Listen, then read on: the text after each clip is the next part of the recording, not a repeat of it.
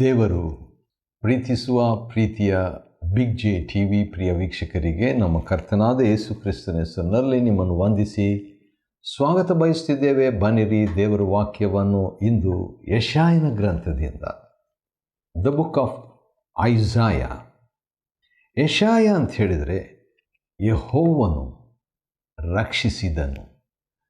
ಈ ರಕ್ಷಿಸಿದನು ಎಂಬ ಪದ, ಅದಕ್ಕೆ ಬೇರೆ ಬೇರೆ ಅರ್ಥಗಳು ಇದೆ. ರಕ್ಷಿಸಿದನು ಅಂತ ಹೇಳಿದರೆ ತೆರೆದಿದ್ದಾನೆ, ಯೆಹೋವನು ತೆರೆದಿರುತ್ತಾನೆ, ಯೆಹೋವನು ಸ್ವತಂತ್ರ ಮಾಡಿದ್ದಾರೆ, ಯೆಹೋವನು ಸಂರಕ್ಷಿಸುತ್ತಾನೆ, ಯೆಹೋವನು ಭದ್ರವಾಗಿಟ್ಟುಕೊಂಡಿದ್ದಾನೆ, ಯೆಹೋವನು ಸಹಾಯ ಮಾಡ್ತಾನೆ, ಯೆಹೋವನು ವಾಸಿ ಮಾಡುತ್ತಾನೆ, ಯೆಹೋವನು ಜಯಕ್ಕೆ ನಡೆಸ್ತಾನೆ ಎಂಬಂಥ ಅರ್ಥ ಈ ಯೆಶಾಯನ ಹೆಸರಿನ ಅರ್ಥವಾಗಿರ್ತದೆ. ಯಾವ ರೀತಿಯಾಗಿ ಯೆಹೋವನು ರಕ್ಷಿಸುತ್ತಾರೆ ಎಂಬಂಥ ವಿಷಯವನ್ನು ಮೊದಲನೇ ಅಧ್ಯಾಯದಲ್ಲಿ ನಾವು ನೋಡಿಕೊಳ್ಬೋದು. 12 ways how Jehovah saves. 12 ವಿವಿಧ ರೀತಿಯಿಂದ ಯೆಶಾಯನ ಗ್ರಂಥ 66 ಅಧ್ಯಾಯಗಳಿದೆ. ಇದು 66 ಬೈಬಲಿನ ಪುಸ್ತಕಗಳ ಸಾರಾಂಶ ಒಳಪಟ್ಟಿರುವಂಥ ಒಂದು ಅಮೂಲ್ಯವಾದಂಥ ಪುಸ್ತಕ. ಎಲ್ಲ ಪುಸ್ತಕವೂ ಕೂಡ ಬಹಳ ಅಮೂಲ್ಯವಾದಂಥದ್ದು. ಆದರೂ ಕೂಡ ಈ ಒಂದು ಪುಸ್ತಕದ ಬಗ್ಗೆ ನಾವು ನೋಡಿಕೊಳ್ಳುವಾಗ ನಾವು ದೇವರು ಯಾವ ರೀತಿಯಾಗಿ ನಮ್ಮನ್ನು, ತನ್ನ ಜನರನ್ನು ರಕ್ಷಿಸುವ ಆತನಾಗಿದ್ದಾನೆ ಎಂಬಂಥ ಮಾತನ್ನು, ವಿವಿಧ ರೀತಿಯಲ್ಲಿ ಆತನು ರಕ್ಷಣೆಯ ಕಾರ್ಯವನ್ನು ಮಾಡುವಂಥದ್ದನ್ನು ನಾವು ನೋಡಿಕೊಳ್ತೇವೆ. ಆದ ಕಾರಣ ಈ ಒಂದು ಪುಸ್ತಕವನ್ನು ನಾವುಗಳ ಅಧ್ಯಯನ ಮಾಡುವಾಗ ನಮ್ಮ ರಕ್ಷಣೆ ಎಂಥ ವಿಶೇಷವಾದದ್ದು ಎಂಬುದನ್ನು ತಿಳ್ಕೊಳ್ಳುವಂತೆ ದೇವರು ಸಹಾಯ ಮಾಡಲಿ. ಅದನ್ನು ತಿಳಿದು ಆತನಿಗೆ ಕೃತಜ್ಞತೆಯುಳ್ಳವರಾಗಿ ನಾವು ಆತನ ಸೇವೆಯನ್ನು, ಆತನಿಗೆ ಸಾಕ್ಷಿಯಾಗಿ, ಆತನಿಗೆ ಸಾಧನವಾಗಿ, ಇತರರ ಆಶೀರ್ವಾದಕ್ಕಾಗಿ ಭೂಮಿಯಲ್ಲಿ ಬಾಳುವಂತೆ ದೇವರು ಸಹಾಯ ಮಾಡಲಿ. 12 ways I am saves. ಯೆಹೋವನು ಎಂಬಂಥ ಪದದ ಒಂದು ಅರ್ಥ ಏನಂತ ಹೇಳಿದರೆ, ಅದನ್ನು ನಾವು ವಿಮೋಚನ ಕಾಂಡದಲ್ಲಿ ನೋಡಿಕೊಳ್ಳೋಣ. ಬನ್ನಿರಿ, ವಿಮೋಚನ ಕಾಂಡ 3ನೇ ಅಧ್ಯಾಯ 14ನೇ ವಚನದಲ್ಲಿ ಮೋಶೆ ಒಂದು ಪ್ರಶ್ನೆ ದೇವರಿಗೆ ಕೇಳುವಾಗ, ನಿನ್ನ ಹೆಸರು ಅಥವಾ ದೇವರ ಹೆಸರು ಏನೆಂದು ಜನರು ಕೇಳಿದರೆ ನಾನೇನು ಉತ್ತರ ಕೊಡಬೇಕೆಂಬುದಾಗಿ ಹೇಳುವಾಗ, ದೇವರು ಅವನಿಗೆ ಇರುವಾತನೇ ಆಗಿದ್ದೇನೆ, ಇರುವಾತನೇ ಆಗಿದ್ದೇನೆ, ಇರುವಾತನೆಂಬವನು ನಿನ್ನನ್ನು ಕಳಿಸಿದ್ದಾನೆ ಎಂಬುದಾಗಿ ಹೇಳು ಎಂಬುದಾಗಿ. ಇರುವಾತನೇ ಆಗಿದ್ದೇನೆ ಎಂಬಂಥದ್ದು ಎಂಥವನಾಗಿರುವೆನು ಅಂಥವನಾಗಿರುವೆನು, ಎಂಥವನಾಗಿರುವೆನು ಅಂಥವನಾಗಿರುವೆನು. ಹೌದು, ಎಂಥವನಾಗಿರುವನು ಅಂಥವನಾಗಿ ಹೇಗೆ ರಕ್ಷಿಸಿದನು ಎಂಬುದಾಗಿ ಮೊದಲನೇ ಅಧ್ಯಾಯ ಯೆಶಾಯನಲ್ಲಿ ನೋಡ್ತೇವೆ. ಇದು ಯೆಹೂದ ದೇಶದ ಅರಸನಾದ ಉಜ್ಜಿಯ, ಯೋಥಾಮ, ಆಹಾಜ, ಹಿಜ್ಕಿಯ ಎಂಬುದಾಗಿ 4 ಯೆಹೂದದ ಅರಸರು ಆಳ್ವಿಕೆ ಮಾಡ್ತಾ ಇದ್ದಾಗ, ಭಕ್ತನಾದ ಯೆಶಾಯನು ಈ 4 ಅರಸರ ಕಾಲದಲ್ಲಿ ಯೆಹೂದದ ಮತ್ತು ಯೆರೂಸಲೇಮಿನ ವಿಷಯವಾಗಿ ಪ್ರವಾದನೆಯಾಗಿ ಅಥವಾ ದೈವ ದರ್ಶನವಾಗಿ ನುಡಿದಂಥದ್ದೇ ಈ ಯೆಶಾಯನ 66 ಅಧ್ಯಾಯಗಳ ಗ್ರಂಥವಾಗಿದೆ. ಮತ್ತು ದೇವರು ಯಾವ ರೀತಿಯಾಗಿ ತನ್ನ ಜನರನ್ನು, ಯೆಹೂದ್ಯರನ್ನು, ಅಥವಾ ಅದು ನಮಗೆ ಅನ್ವಯ ಕೂಡ ಮಾಡಿಕೊಳ್ಬೋದು, ನಮ್ಮನ್ನು ರಕ್ಷಿಸಲಿಕ್ಕೆ ಯತ್ನಿಸ್ತಾನೆ ಎಂಬುದಾಗಿ ನೋಡುವಾಗ, ಮೊಟ್ಟ ಮೊದಲನೇದಾಗಿ ದೇವರು 2ನೇ ವಚನದಲ್ಲಿ ಯೆಹೋವನು ಮಾತನಾಡುತ್ತಿದ್ದಾನೆ, ನಾನು ಸಾಕಿ ಸಲಹಿದ ಮಕ್ಕಳೇ. ವಾವ್! ದೇವರು ಭಾಳ ಅಪರೂಪವಾಗಿ ಈ ರೀತಿಯಾಗಿ ಮಾತನಾಡುವಂಥದ್ದನ್ನು ಹಳೆ ಒಡಂಬಡಿಕೆಯಲ್ಲಿ ನೋಡ್ಬೋದು. ಯಾಕಂತ ಹೇಳಿದರೆ ದೇವರು ಮಾತಾಡ್ತಾರೆ. ಆದರೆ ನಾನು ಸಾಕಿ ಸಲಹಿದ ಮಕ್ಕಳೇ ಎಂಬುದಾಗಿ ಹೇಳುವಾಗ ದೇವರ ಪಿತೃತ್ವವನ್ನು ಅಲ್ಲಿ ನಾವು ನೋಡ್ತೇವೆ. The fatherhood of God. ದೇವರು ಹೇಗೆ ನಮ್ಮನ್ನು ರಕ್ಷಿಸ್ತಾನೆ? ಮೊದಲನೇದಾಗಿ ತಂದೆಯಾಗಿ ನಮ್ಮನ್ನು ರಕ್ಷಿಸುವಾತನಾಗಿದ್ದಾನೆ. ಹೌದು, ದ್ರೋಹ ಮಾಡಿದ್ದಾರೆ ಎಂಬುದನ್ನು ದೇವರು ಆಕಾಶಮಂಡಲವೇ ಆಲಿಸು, ಭೂಮಂಡಲವೇ ಕೇಳು, ನನ್ನ ಜನರು ನನಗೆ ದ್ರೋಹ ಮಾಡಿದ್ದಾರೆ, ನನ್ನ ತಂದೆ, ನನ್ನ ಮಕ್ಕಳು ಎಂಬುದಾಗಿ ದೇವರು ಹೇಳ್ತಾರೆ.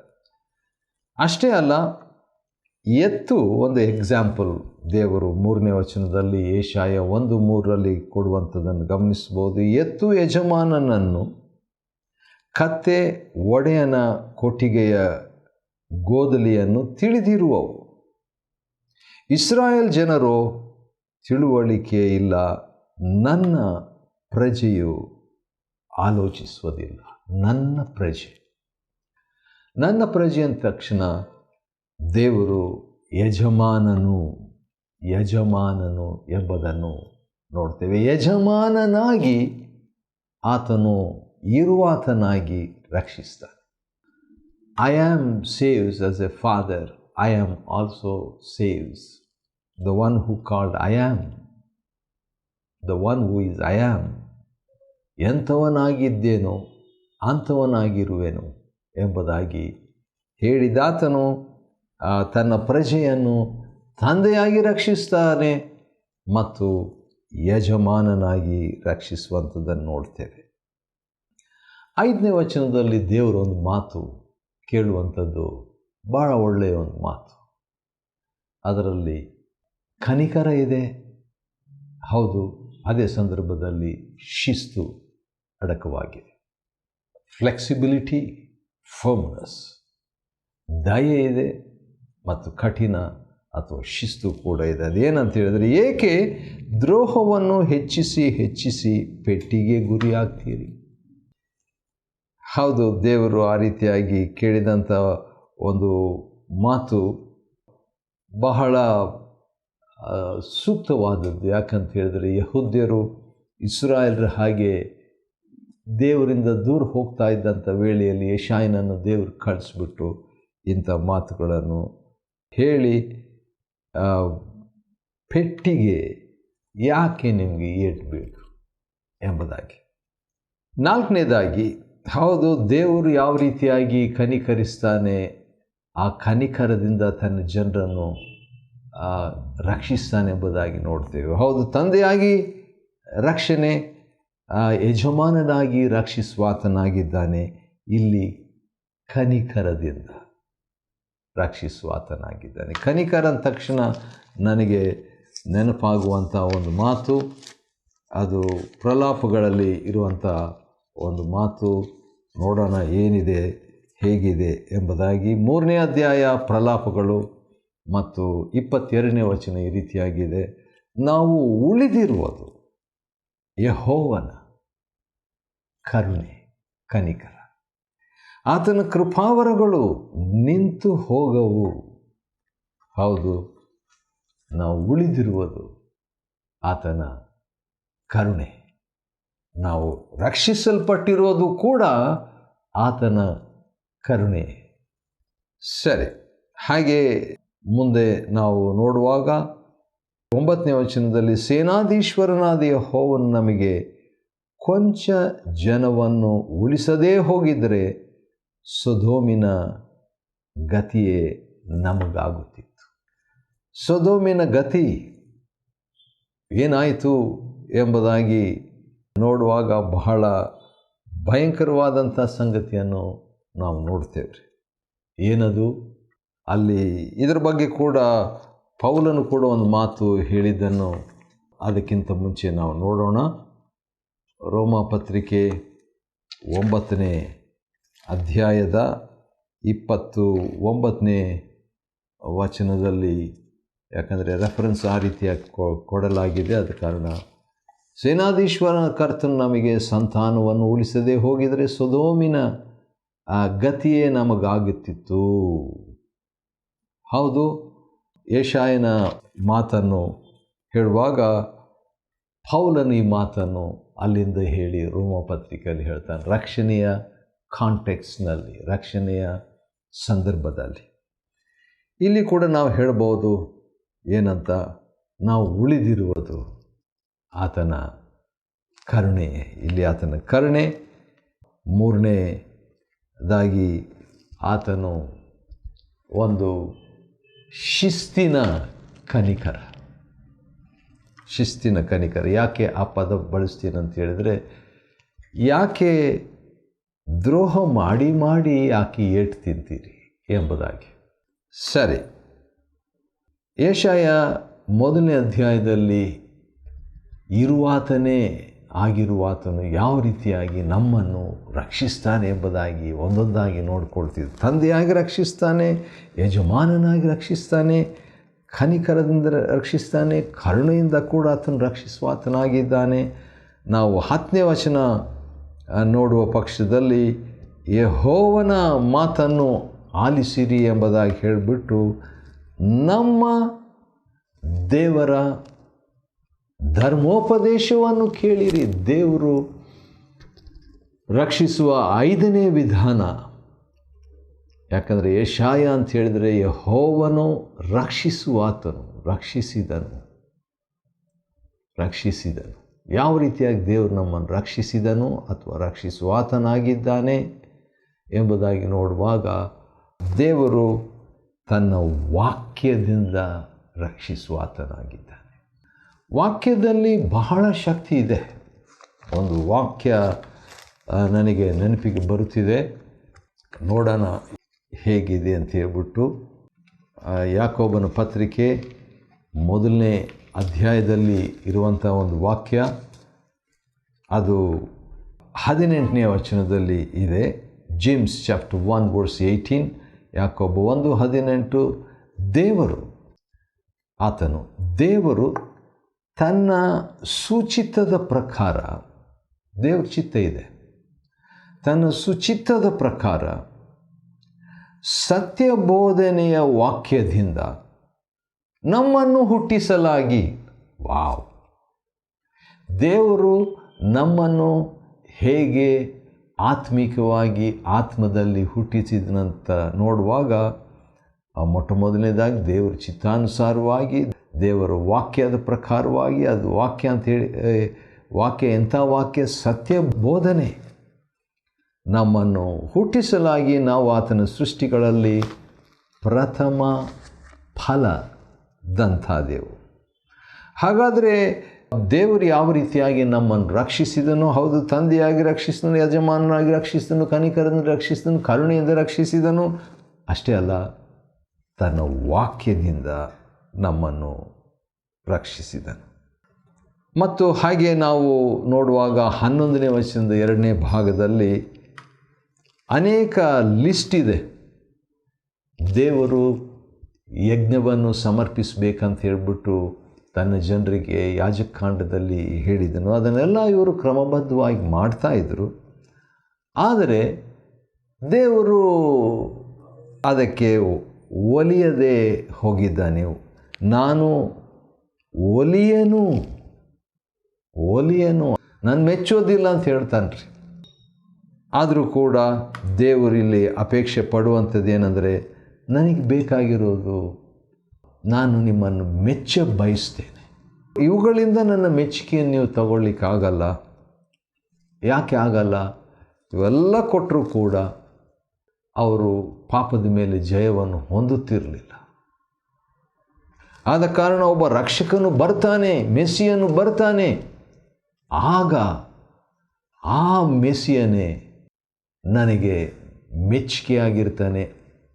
ಆ ಮೆಸ್ಸಿಯನ ಮುಖಾಂತರ ಬಂದಂಥವರೇ ನನ್ನ ಮೆಚ್ಚುಗೆಗೆ ಪಾತ್ರರಾಗಿರ್ತಾರೆ ಎಂಬಂಥ ಒಂದು ಪ್ರವಾದನೆಯ ಅಂಶ ಇದರಲ್ಲಿದೆ. ದೇವರು ಯಾವ ರೀತಿಯಾಗಿ ನಮ್ಮನ್ನು ರಕ್ಷಿಸುವಾತನಾಗಿದ್ದಾನೆಂದರೆ ತನ್ನ ಮೆಚ್ಚುಗೆಯಿಂದ, ತನ್ನ ಕೃಪೆಯಿಂದ. ಹೌದು ಕನಿಕರ, ಹೌದು ಕರುಣೆ, ಅದೇ ಸಂದರ್ಭದಲ್ಲಿ ಕೃಪೆ, ಮೆಚ್ಚುಗೆ. ಫೇವರ್ ಅಂತ ಹೇಳಿದ ಮೇಲೆ, ಮೆಚ್ಚುಗೆ ಅಂತ ಹೇಳಿದ ಮೇಲೆ, ಅಥವಾ ಅನುಮೋದ ಅಂತ ಹೇಳಿದ ಮೇಲೆ ಅದು ಅಷ್ಟು ಈಸಿಯಾಗಿ ಬರೋದಿಲ್ಲ. ಅದು ನಾವು ಏನೋ ಮಾಡಿಬಿಟ್ಟು ಅದನ್ನು ದೇವರ ಮೆಚ್ಚುಗೆಯನ್ನು ಪಡೆಯುವಂಥದ್ದಲ್ಲ. ಆತನು ತಾನೇ ತನ್ನ ಸೂಚಿತದ ಪ್ರಕಾರವಾಗಿ ನಮ್ಮ ಮೇಲೆ, ನಾವು ಇನ್ನೂ ಪಾಪಿಗಳಾಗಿದ್ದಾಗಲೇ ತನ್ನ ಮೆಚ್ಚುಗೆಯನ್ನು ತನ್ನ ಪ್ರೀತಿಯಲ್ಲಿ ಪ್ರಕಟಿಸಿದ ದೇವರು. 7ನೇದಾಗಿ ಯೆಶಾಯನ ಅಂತ ಹೇಳಿದರೆ ಯೆಹೋವನು ರಕ್ಷಿಸುವವನಂತ ಅರ್ಥ. ಯಾವ ರೀತಿಯಾಗಿ ಯೆಹೋವನು ರಕ್ಷಿಸ್ತಾನೆ ಎಂಬುದನ್ನು ನೋಡ್ಕೊಳ್ತಿದ್ವಿ. 7ನೇದಾಗಿ 18ನೇ ವಚನ ಯೆಶಾಯ 1, ಬನ್ನಿರಿ ವಾದಿಸುವುದರಿಂದ ಹಿ ಸೇವ್ಸ್ ಅಸ್ ಬೈ ರೀಸನಿಂಗ್. ಹೌದು, ಬನ್ನಿರಿ ವಾದಿಸುವ. ಸುಮ್ಮನೆ ನೀವು ತಟಸ್ಥವಾಗಿರಬೇಕಂತ ಹೇಳಿಲ್ಲ. It's a reasonable. ನಿಮ್ಮ ಪಾಪಗಳು ಕಡು ಕೆಂಪಾಗಿದ್ದರೂ ಹಿಮದ ಹಾಗೆ ಬಿಳುಪಾಗುವವು, ಕಿರಮಂಜಿ ಬಣ್ಣವಾಗಿದ್ದರೂ ಉಣ್ಣೆಯಂತೆ ಬೆಳ್ಳಗಾಗುವವು, ವಿಧೇಯರಾದರೆ ಮೇಲನ್ನು ಹೊಂತೀರಿ ಎಂಬುದಾಗಿ ದೇವರು ಒಂದು ವಾದಿಸ್ತಾ ಇದ್ದಾನೆ. ಅದರಿಂದ ತನ್ನ ಜನರನ್ನು ಹಂಗಾದರೂ ರಕ್ಷಿಸೋನು ಅಂತ ಹೇಳ್ಬಿಟ್ಟು. 8ನೇದಾಗಿ ನಾವು ನೋಡುವಾಗ 24ನೇ ವಚನದಲ್ಲಿ 3 ವಿಷಯಗಳಿದೆ, ಒಟ್ಟಾಗಿದೆ. ಹೇಗೆ ಅಂದರೆ ಕರ್ತನು, ಸೇನಾಧೀಶ್ವರನು, ಇಸ್ರಾಯೇಲ್ ಶೂರನು ಆಗಿರುವ ಯೆಹೋವನೆಂದರೆ ಇರುವಾತನೇ ಆಗಿರುವಾತನು. ಕರ್ತನಾಗಿ ರಕ್ಷಿಸ್ತಾನೆ, ಸೇನಾಧೀಶ್ವರನಾಗಿ ಕ್ಯಾಪ್ಟನ್ ಆಗಿ ರಕ್ಷಿಸ್ತಾನೆ. ಅಷ್ಟೇ ಅಲ್ಲ, ಶೂರನಾಗಿ, ಅದೆಂಥ ಶೂರ, ಇಸ್ರಾಯೇಲ್ ಶೂರನಾಗಿ ದೇವರು ಇರುವಾತನೇ ಆಗಿದ್ದು ರಕ್ಷಿಸುವಾತನಾಗಿದ್ದಾನೆ ಅಂತ ಹೇಳ್ಬಿಟ್ಟು. 25ನೇ ವಚನದಲ್ಲಿ ನಿನ್ನ ಕಲ್ಮಶವನ್ನು ಸಂಪೂರ್ಣವಾಗಿ ಹೋಗಲಾಡಿಸಿ ಅಂತ ಹೇಳುವಾಗ ಶುದ್ಧೀಕರಿಸುವವನಾಗಿ ರಕ್ಷಿಸ್ತಾನೆ. ಇದನ್ನು ಯೇಸು ಕ್ರಿಸ್ತನ ಮೂಲಕವಾಗಿ ತಂದೆಯಾದ ದೇವರು ನಮಗೆ ಮಾಡಿದ್ದಾನೆ, ಇಸ್ರಾಯೇಲರಿಗೂ ಮಾಡ್ತಾ ಇದ್ದಾನೆ. ಎಲ್ರಿಗೂ ಕೂಡ ಒಂದೇ ಮಾರ್ಗ, ಅದು ನಮ್ಮ ಕರ್ತನಾದ ಯೇಸು ಕ್ರಿಸ್ತನ ತನ್ನ ರಕ್ತದಿಂದ ಶುದ್ಧೀಕರಿಸುವಂಥದ್ದು. ಅನಂತರ ನಾವು ನೋಡುವಾಗ ಮುಂದೆ ಆಮೇಲೆ ಧರ್ಮಪೂರಿ ಎನಿಸಿಕೊಳ್ಳುವಿ ಎಂಬುದಾಗಿ ಚೀಯೋನಿನ ವಿಷಯವಾಗಿ ದೇವರು ಹೇಳ್ತಿದ್ದಾನೆ. ಇಲ್ಲಿ ಯಾವ ರೀತಿಯಾಗಿ ದೇವರು ನಮ್ಮನ್ನು ರಕ್ಷಿಸಿದ್ದಾನೆ ಎಂಬುದನ್ನು ನೋಡ್ಕೊಳ್ತಿದ್ದೇವೆ. ಶುದ್ಧೀಕರಿಸುವಂಥವನಾಗಿ ಮಾತ್ರವಲ್ಲ, ಆತನು ನಮಗೆ ತನ್ನ ಧರ್ಮದ ಮೂಲಕ ವಿಮೋಚಕನಾಗಿ ರಕ್ಷಿಸುವಾತನಾಗಿದ್ದಾನೆ. 27ನೇ ವಚನದ ಕೊನೆಯ ಭಾಗ ವಿಮೋಚನೆಯಾಗುವುದು. ಇದು ಭವಿಷ್ಯವನ್ನು ಸೂಚಿಸ್ತದೆ. ಹೌದು, ಯೆಶಾಯನ ಸುಮಾರು 500+ ಕ್ರಿಸ್ತಪೂರ್ವ 500 ವರ್ಷಗಳ ಹಿಂದೆ, ಅಂದರೆ ಸುಮಾರು 2500 ವರ್ಷಗಳ ಮುಂಚಿತವಾಗಿ ಪ್ರವಾದಿಯಾದ ಯೆಶಾಯನ ಹೇಳಿದ್ದು ನಮ್ಮ ಕಾಲದಲ್ಲಿ ನೆರವೇರಿದೆ. ವಾವ್, ಆಶ್ಚರ್ಯ! ಯಾಕಂದರೆ ದೇವರು ವಿಮೋಚಕನಾಗಿ ನಮ್ಮನ್ನು ರಕ್ಷಿಸುವಾತನಾಗಿದ್ದಾನೆ. ಇದರಲ್ಲಿ ಒಂದು ಆಶ್ಚರ್ಯ ಏನಂತ ಹೇಳಿದರೆ 21ನೇ ವಚನದಲ್ಲಿ ಸೂರತೆಯಾಗಿದ್ದ ನಗರಿ ಅಂತ, ಅಂದರೆ ಆವಾಗ ಆಗಿದ್ದು 21. ಆದರೆ ಇಲ್ಲಿ ನಾವು ನೋಡುವಾಗ 26ನೇ ವಚನದಲ್ಲಿ ಸುವ್ರತ ನಗರಿ ಅಂತಲೂ ಅನಿಸಿಕೊಳ್ಳುವಿ. ಒಂದು ಕಾಲದಲ್ಲಿ ಆಗಿದ್ದೆ, ಗತಕಾಲದಲ್ಲಿ, ಆದರೆ ಈಗ ಆಗಿರ್ತಿ. ಸುವ್ರತೆ ಅಂತ ಹೇಳುವಾಗ ನಂಬಿಗಸ್ತೆ. ಅದೇ ಪದ ಹಿಬ್ರೂ ಮೂಲ ಭಾಷೆಯಲ್ಲಿ ಅಮಾನ್ ಎಂಬುದಾಗಿ, ಸ್ಥಿರವಾಗಿ, ದೃಢವಾಗಿ, ಪರಿಪೂರ್ಣವಾಗಿ ನೀನು ಇರ್ತಿ ಎಂಬುದಾಗಿ ದೇವರು ಹೇಳ್ತಾನ್ರಿ.